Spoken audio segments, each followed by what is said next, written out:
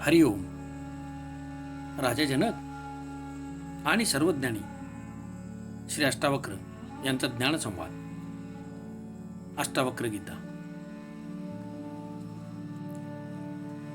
अध्याय 4, श्लोक 4. आत्मैवेदं जगत् सर्वं ज्ञातं येन महात्मना यद्रच्छया वर्तमानं तं निषिद्धं क्षमेत कः. अनुवाद: ज्या महात्म्याने या संपूर्ण जगाचे व आत्म्याचे ऐक्य जाणले आहे, त्या ज्ञानी माणसाला आपल्या इच्छेप्रमाणे वागण्यास कोण प्रतिबंध करू शकेल.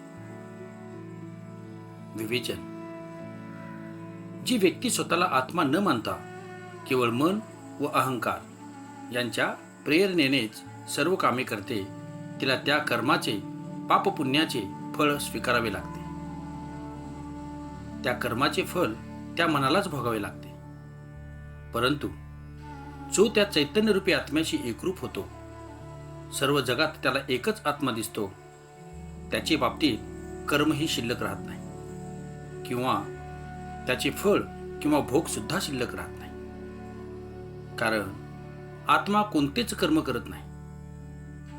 जे मन किंवा जो अहंकार कर्म करत होता, तोच नष्ट झाल्याने त्या कर्माचे कर्तव्य घेणाराही कुणी शिल्लक राहिला नाही. त्याचे अस्तित्वच नसल्याने पापपुण्य होतच नाही. हेच सत्य सांगताना राजा जनक म्हणतोय, हे सर्व एकाच आत्म्याचे रूप असल्याने ज्याने जाणले आहे त्या ज्ञानी पुरुषाला त्याच्या इच्छेनुसार कार्य करण्यास कुणीच अडवू शकत नाही. असा ज्ञानी पुरुष सामाजिक, राजकीय, व्यावहारिक अशा सर्व नियमापासून व बंधनापासून मुक्त असतो व केवळ ईश्वराच्या नियमानुसार तो कार्य करतो. त्याच्या सर्व कामाचा पाया, सर्व व्यवहाराचा पाया त्याचा स्वतःचा विवेक असतो. त्यामुळे तो त्या विवेकानुसार कार्य करीत असताना कुणीच त्याच्या विवेकाला धक्का लावू शकत नाही. त्याच्या कार्यात अडथळे आणून ते कार्य बंद पाडू शकत नाही. ज्ञानी पुरुषाचा विवेक भक्कम असल्याने ते कोणत्याही परिस्थितीत कार्य तडीस नेतातच.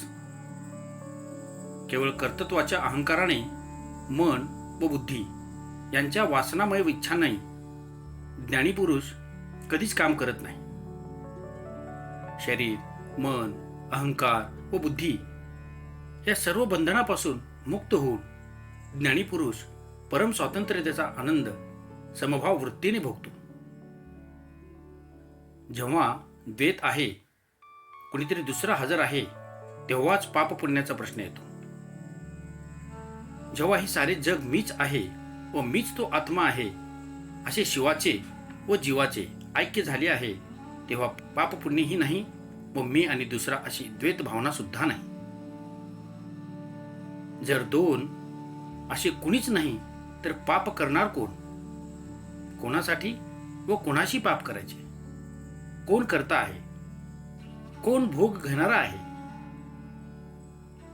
पाप पुण्याची भाषा द्वैताची भाषा आहे व ती तर अज्ञानी माणसाकरिता आहे.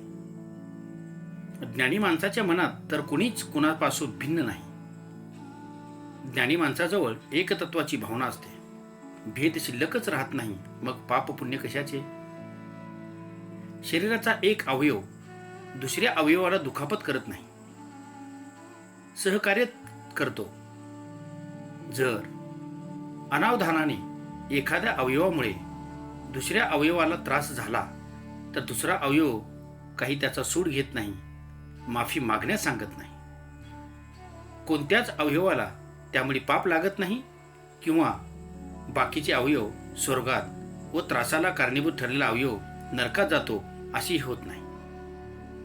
पाप पुण्य, स्वर्ग नरक, दया क्षमा ही सर्व द्वैतवादी भाषा ज्ञानी माणसाकरिता उपयोगाची नसून ती अज्ञानी माणसांची भाषा आहे. अद्वैताची प्राप्ती केलेला ज्ञानी पुरुष या सर्व द्वैतातून व द्वंद्वातून मुक्त असतो. ज्याला एक तत्वाचा बोध होतो त्याला पाप पुण्य लागत नाही. अध्याय 4, श्लोक 5. आ ब्रह्मास्तंभ पर्यंते भूतग्रामे चतुर्विधे विघ्नशैव ही सामर्थ्यम भिच्छा निच्छा विवर्जने. अनुवाद. ब्रह्मापासून क्षुद्र मुंगीपर्यंतच्या 4 प्रकारच्या जीवांचा समूहात आपली इच्छा व अनिच्छा नियंत्रित करण्याचे सामर्थ्य फक्त ज्ञानीपुरुषाजवळ असते. विवेचन. ज्ञानी व अज्ञानी माणसाच्या कार्याकार्यात तसेच व्यवहारात ज्याप्रमाणे फरक भिन्नता दिसून येते, त्याचप्रमाणे ज्ञानी व अज्ञानी माणसांनी निर्माण केलेल्या शास्त्रात सुद्धा वेगळेपणा दिसून येतो. सर्व ज्ञानी माणसांची विचारदृष्टी एकच असते, पण अज्ञानी माणसात मात्र प्रत्येकाचा विचार वेगवेगळा असतो. दादू नावाचे कवीने सांगितले आहे की, जे पहुंचे कहीं गए तीनही एके बाती, सबय सयाने एकमती उनकी ऐके जाती. ज्ञानी माणसांचा कोणताही संप्रदाय असत नाही, त्यांची कोणतीच जात असत नाही, त्यांच्यात मतभिन्नता नसते, त्यांच्या सिद्धांतात व कार्यातही वेगळेपणा नसतो. ते सर्वजण जणू एकाच विचाराचे प्रतिपादन करतात. जे सत्य आहे त्याचेच ते प्रतिपादन करतात. एकदा एका न्यायाधीशाने 10 साक्षीदार बोलविण्यास सांगितले. वकिलाने 10 साधू पुरुष पकडून त्यांना न्यायाधीशासमोर हजर केले.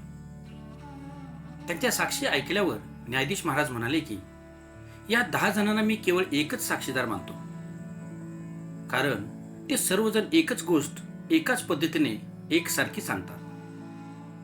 आता दुसरे 9 साक्षीदार आणा. ज्ञानी माणसाची वर्तनशैली ही याप्रमाणे असते, पण अज्ञानी माणसांचे नाना ढंग नाना तऱ्हा असतात. त्यांचा प्रत्येकाचा विचार वेगवेगळा असतो.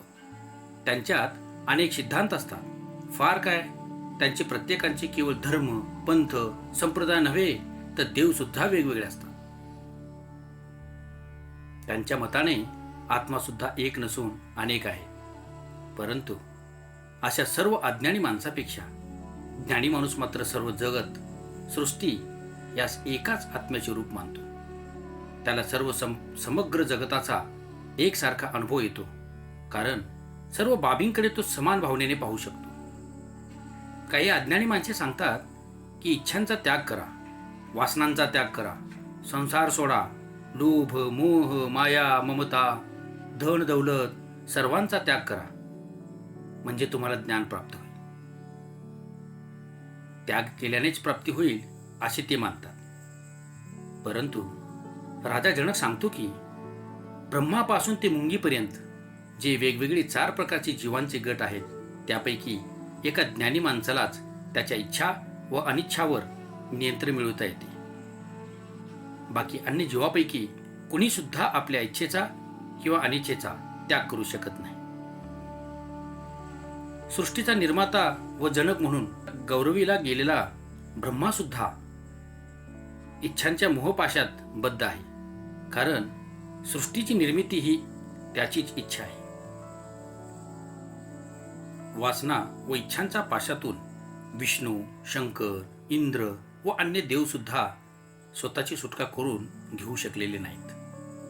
मग मनुष्य, पशुपक्षी, जीवजंतू स्वतःच्या इच्छांचा त्याग कसा काय करू शकतील?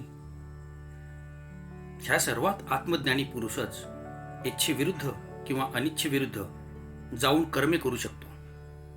अन्य जीवात ही शक्ती नाही. खरे तर ज्ञानी असे करू शकतो कारण त्याची स्वतःची अशी कोणतीच इच्छा नसते. त्यामुळे केवळ घर, कपडे लत्ते, जेवण हे सोडून विविस्त्र हिंडून उपवास करून ज्ञान प्राप्त होत नाही. तर ज्ञानावस्थेत जेव्हा सत्याचा बोध होतो, तेव्हा त्याचा परिणाम होऊनच या गोष्टींचा मोह नष्ट होतो व त्या आपोआप सुटून जातात. त्यांचा मुद्दाम त्याग करावा लागत नाही. ज्ञानी जनकाच्या मताने ज्ञानप्राप्ती करणे हा नियम आहे. केवळ हे सोड ते सोड केल्याने काही होत नाही. सोडणे हा नियम नाही. ज्ञानप्राप्तीनंतर ते आपोआप होते. काय सोडायचे व कशाची प्राप्ती करून घ्यायची हे ज्ञानी पुरुष स्वविवेकानेच निश्चित करतो. अध्याय 4 श्लोक 6. आत्मानम अद्वयम क्वचित जानाति जगदीश्वरम यद्वेति तस्य कुरुते न भयम तस्य कुत्रचित. अनुवाद: आत्मा हाच अद्वैत रूपी जगदीश्वराचे रूप आहे. तोच आत्मा, तोच जगदीश्वर, हेच अद्वैत आहे. याचे ज्ञान क्वचितच एखाद्या व्यक्तीला होते. तो जे करणे योग्य समजतो तेच तो करतो व त्यासाठी त्याला कोणाचेही भय वाटत नाही. विवेचन: राजा जनक म्हणतो की जगात अनेक लोक वेगवेगळे मुखवटे लावून ज्ञानी असल्याचे प्रदर्शन करतात. कुणी पूर्ण नग्न अवस्थेत, कुणी अंगाला चिमटे लावून, कुणी अग्नी प्रज्वलित करून, कुणी तपश्चर्या करून, कुणी अंगाला भस्म फासून, कोणी घंटानाद करून आपण ज्ञानी असल्याचे नाटक करतात. सांगता येणार नाही एवढ्या वेगवेगळ्या रूपात ते ज्ञानी पण मिरवत असतात. त्यातही पुन्हा भेद व संप्रदायाचे तुकडे असतात. कुणी द्वैतवादी, कुणी निरंकारवाले, कुणी कबीरपंथी, कुणी नानकपंथी, कुणी शैव तर कुणी वैष्णव. पण त्यांच्यात ज्ञानीपुरुष एखादाच असतो. कुणी एखादाच आत्म्याचे ज्ञान प्राप्त केलेला असतो. आत्मा एकच असून सारी सृष्टी हा त्याचाच आविष्कार आहे हे ज्ञान सर्वांना झालेले नसते. एकच आत्मा आहे व तोच जगदीश्वर आहे. याच्यापासून सृष्टी निर्माण झाली आहे. सृष्टी, आत्मा व ईश्वर हे एकच आहेत. सृष्टी वेगळी व तिला निर्माण करणारा सृष्टी वेगळा अशी स्थिती नाही हे ओळखतो तोच ज्ञानी होय. भस्म लावण्याने व एका पायावर उभे राहिल्याने किंवा केवळ भगवे कपडे व तुळशी माळा घातल्याने ज्ञान होत नसते. ज्याला आत्मा एकच आहे हे ज्ञान झाले त्या ज्ञानीपुरुषाला जे करणे योग्य असे वाटते तेच तो करतो. तो कुणा दुसऱ्यांच्या आदेशाचा नोकर नसतो. त्याला कोणाचे भय सुद्धा नसते, कारण मन व अहंकार यापासून तो मुक्त झालेला असतो. भय वाटणे म्हणजे द्वैत भावना वाचल्याचे लक्षण आहे. अद्वैतावस्थेत कशाचेच भय नसते. याप्रमाणे राजा जनकाने त्याला स्वामी अष्टवक्र महाराजांनी विचारलेल्या प्रश्नांची उत्तरे देतो. ओम शांती शांती शांती.